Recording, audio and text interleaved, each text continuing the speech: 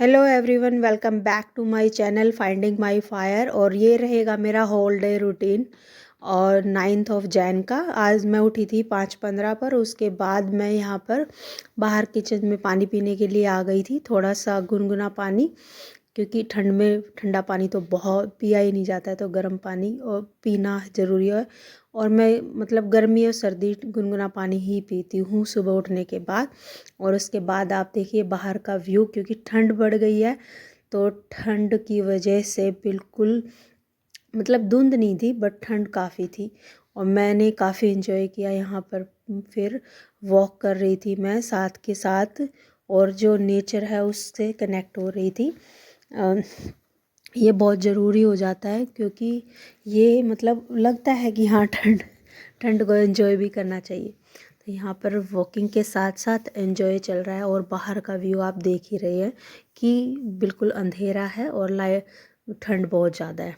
तो ठंड को देखते हुए मैं अंदर आ गई थी और मैंने अपना स्टार्ट कर दिया था फर्स्ट स्लॉट ऑफ स्टडी, जिसमें मैंने डिसाइड किया है कि मैं पढ़ूंगी फर्स्ट एड। ये फर्स्ट चैप्टर था और मैंने मतलब जितना भी नोट्स बनाए हैं वो कंप्लीट कर लिया यहाँ पे फर्स्ट एड के। तो यहाँ पे मैंने बहुत ही इम्पोर्टेंट चीज़ें पढ़ी कि अगर आप किसी भी, जैसे एक्सीडेंट हो जाता है किसी का, कोई बर्न हो जाता है या फिर शॉक लग जाता है, तो उसमें जो प्राथमिक उपचार क्या देना चाहिए, क्या आपका लॉज हैं और कैसे हॉस्पिटल पहुंचाए।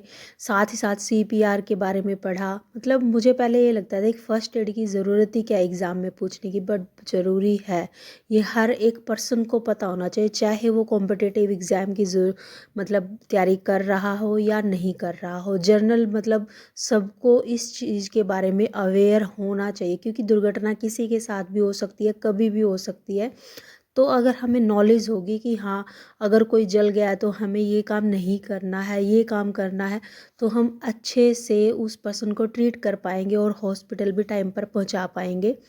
जैसे बहुत सारी कंडीशंस थी, स्नेक बाइट पे या पॉइजन अगर कोई कंज्यूम कर लेता है, या फिर इलेक्ट्रिक शॉक लग जाता है, या किसी की हड्डी क्रैक हो जाती है गिरने से या कुछ भी। तो ये बहुत ही ज़रूरी चैप्टर था। पहले मैंने इसको रीड आउट किया, उसके बाद मैंने डिसाइड किया था डिज़ास्टर मैनेजमेंट, क्योंकि ये छोटा सा ही चैप्टर है तो नोट्स इसके बहुत कम है। प्रैक्टिस सेट हैं जो उसको मैं अभी नहीं कर रही थी, मैं बाद में करूँगी, एक साथ करूँगी सबके, डिज़ास्टर के भी और फर्स्ट एड के भी। मे बी इवनिंग में या रात को करूँगी जब भी मुझे टाइम मिलेगा। बट मैंने यहाँ पे सेकंड जो है सब्जेक्ट स्टार्ट कर दिया था, जो था डिज़ास्टर मैनेजमेंट। डिज़ास्टर मैनेजमेंट भी नीड है और हमें इसके बारे में भी कंप्लीट नॉलेज होनी चाहिए कि कौन कौन सी संस्था वर्क करती है, स्टेट के अंदर कौन सी है, और जैसे नेशनल वाइज कौन सी है, और वर्ल्ड वाइड क्या क्या चीज़ें इम्प्लीमेंट की गई है डिजास्टर मैनेजमेंट को लेकर के, क्या इसका प्रोसेस रहता है। जैसे अभी पंजाब में फ्लड आई थी, तो अगर हमें थोड़ा सा भी इसके बारे में मतलब पता होता तो हम कुछ ना कुछ प्रिकॉशंस लेके रखते। हम जैसे इमिग्रेंट माइग्रेट कर जाते हैं वहाँ से, कुछ भी मतलब ऐसा होता, तो बहुत ही चीज़ें हम नॉलेजेबल है और ये हर एक पर्सन को पता होनी चाहिए। मतलब काफ़ी अच्छी चीज़ें हैं जो मैं कहूँगी कि गवर्नमेंट ने इंक्लूड किया, ताकि इस बहाने हर एक व्यक्ति जो भी मतलब जैसे जॉब प्रोफाइल में जाएगा उसको इस चीज़ की नॉलेज हो। और ये बेस्ट बहुत ही अच्छा स्टेप है, क्योंकि ये काम में आने वाली चीज़ें हैं और ये बहुत ही ज़रूरी सब्जेक्ट है। थैंक यू एचएसएससी जिसने ये चीज़ें इंक्लूड की हैं किसी भी कॉम्पिटिटिव एग्ज़ाम में। जैसे ये ग्रुप सी का ही एग्ज़ाम है उसमें, तो मैं कहूँगी कि इसकी नॉलेज होनी ही चाहिए। ऐसे बहुत सारे सब्जेक्ट हैं जिनके साथ मैं आप लोगों को इंट्रोड्यूस करवाऊँगी, और ये जो है इंक्लूड किए गए हैं एग्ज़ाम पॉइंट ऑफ व्यू से। तो ये काफ़ी अच्छा प्रोसेस है, स्टेप लिया गया है गवर्नमेंट की तरफ से।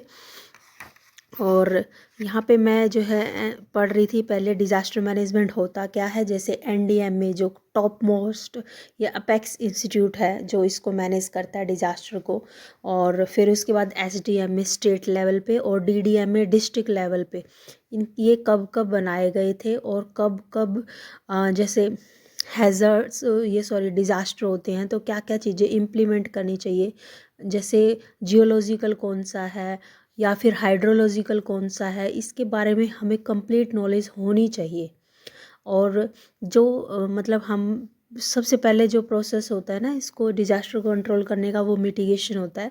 उसके बाद होता है कि प्रिपेयर्डनेस, आप प्रिपेयर होके चले। उसके बाद आता है कि रिस्क को मैनेज करना, मतलब कंट्रोल, पहले मेज़र करना, और फिर उसके बाद जब डिजास्टर हो चुका होता तो उसके बाद हम जैसे दोबारा री एस्टेब्लिशमेंट लगा सकते हो आप पॉइंट को, कि हर चीज़ को दोबारा रिपेयरिंग में, या फिर आप इकोनॉमिक जैसे लॉस होता है, बिल्डिंग का लॉस होता है, सड़कें टूट जाती हैं, तो इनको रिपेयरिंग का जो प्रोसेस आता है वो रहता है। ये प्रोसेस है डिजास्टर के अंदर, और ये ही संस्थाएं वर्क करती हैं। और इसमें जो है डिजास्टर मैनेजमेंट को लेकर के एक फोर्स भी इंक्लूड की गई हैं, जिसमें 16 बटालियंस हैं, और इसमें 1149 जो जवान हर एक 7:30 तक स्टडी करने के बाद उसके बाद मैं आ गई थी हाउस होल्ड वर्क करने के लिए। और मैंने बनाया है आज कैबेज और मटर और आलू की सब्जी। और उसके साथ ही मैंने मंगवाया था अपने आप को एनालाइज करने के लिए, अपने आप को चेक करने के लिए एक डायरी, कि मैं ये लेके चल रही हूँ कि मैं हर रोज़ का टास्क मैंने जो है उस डायरी में लिखूँगी, और साथ में चेक करती जाऊंगी कि मैं कितना अपना प्रोसेस दे रही हूँ, मतलब कितनी आउटपुट, तो चेक करने के लिए कि मैं कितनी इनपुट लगा रही हूँ अपने टारगेट को अचीव करने के लिए, और अपने ऊपर एक ट्रैक रखने के लिए कि हाँ मैं कितना काम करती हूँ अपने टारगेट को लेकर के, कितनी कॉन्शियस हूँ। तो यहाँ पर था दोपहर का टाइम, और दोपहर में मैंने जैसे 1:30 का टाइम था तो स्टडी कर ली थी बाहर झूले पे बैठ करके, वो मैंने रिकॉर्ड नहीं किया है। अब बजे हुए हैं शाम के 4 बजे हैं। मैंने चाय ली है, साथ ही साथ मैंने जो 4th चैप्टर है डिजास्टर मैनेजमेंट का वो रीड किया है। उसके अंदर था कि जो मानव के द्वारा डिजास्टर हो सकते हैं, जैसे डिजीज़ है, इस तरह से जो बायोलॉजिकल फैक्टर्स हैं डिजास्टर के, वो मैंने पढ़े थे उसमें। और जो भी एयरबोर्न डिजीज़ है, वाटरबोर्न डिजीज़ है, उन सब के बारे में पढ़ा। और कौन कौन से इंस्टीट्यूट है डिज़ास्टर मैनेजमेंट के लिए, वो सब रीड आउट किए हैं।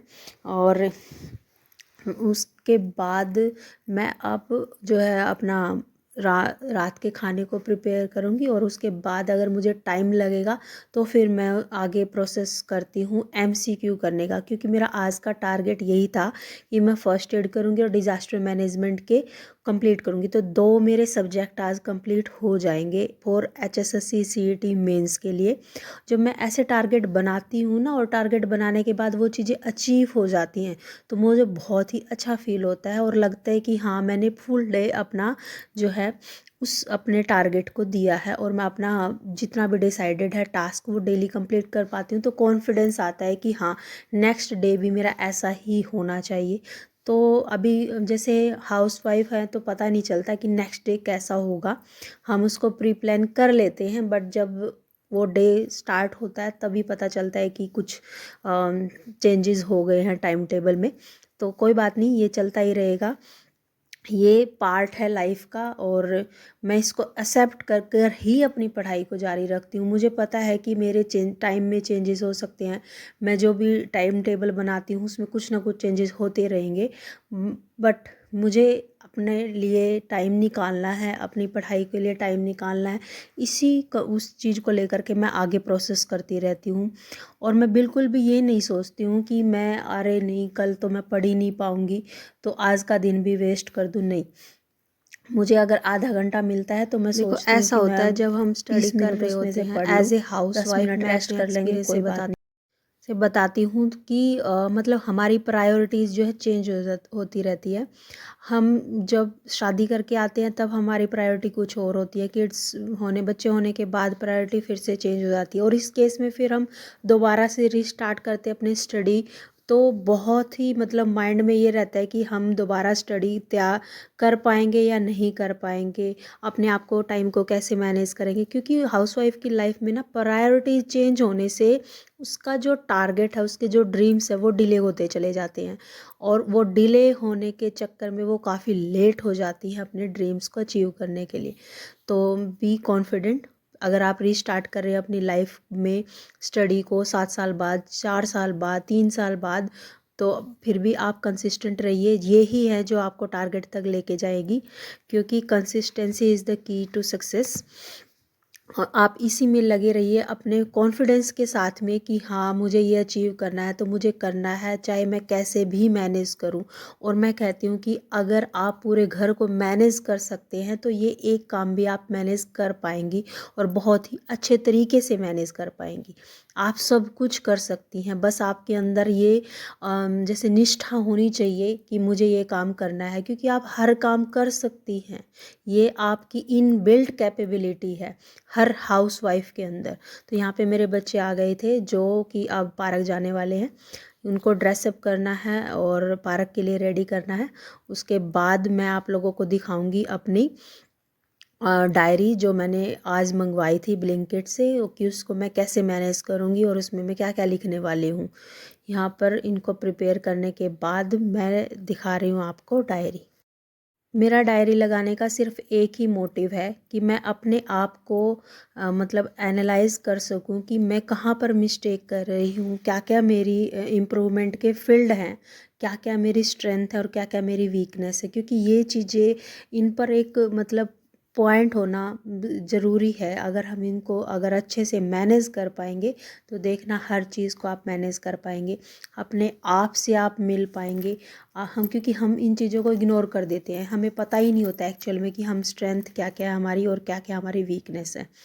तो यहाँ पर इन सबको इनको ड्रेसअप करने के बाद मैं दिखा रही हूँ ये डायरी, जिसमें मैं आप लोगों को दिखाऊंगी कि मैंने क्या क्या लिखा। वैसे तो मुझे डायरी लिखने की हैबिट बहुत पुरानी है, बीच में मैंने छोड़ दी थी, तो आज से मैं फिर से स्टार्ट कर रही हूँ, क्योंकि मुझे बचपन से ये हैबिट है कि मैं टाइम को इसी तरह से टाइम टेबल बनाती थी, चाहे मेरे बोर्ड के एग्ज़ाम हो या फिर मेरे कॉलेज के एग्ज़ाम हो, और फिर उस टाइम टेबल के अकॉर्डिंग ही मैं पढ़ती थी। मैं क्या करती थी, जब भी कोई एग्ज़ाम आने वाला होता था तो टफ सब्जेक्ट को पहले करती, वही काम मैं अब इस तरह से मैंने आज के टारगेट्स जो हैं वो लिख लिए हैं। फर्स्ट एड मैं कर चुकी हूँ, डिज़ास्टर मैनेजमेंट कर चुकी हूँ 5 बजे तक शाम के, और अब ईवीएस और मैथ रहता है जो मैं करूँगी। और क्योंकि ईवीएस के मेरा सिर्फ एक ही चैप्टर रहता है और मैथ में मैं करूँगी कंपाउंड इंटरेस्ट, तो ये 2 घंटे में लगभग फिनिश हो जाएगा। और ये था मेरा आज का vlog. Thank you, thanks for watching. मिलते हैं नेक्स्ट व्लॉग में। होप ये व्लॉग आपको काफ़ी इंटरेस्टिंग रहा होगा और आपको बहुत कुछ सीखने को मिला होगा। तो लगे रहिए अपनी प्रिपरेशन में और अपने टारगेट्स को अचीव करते रहिए। Wish you all the best. Thank you, thanks for watching.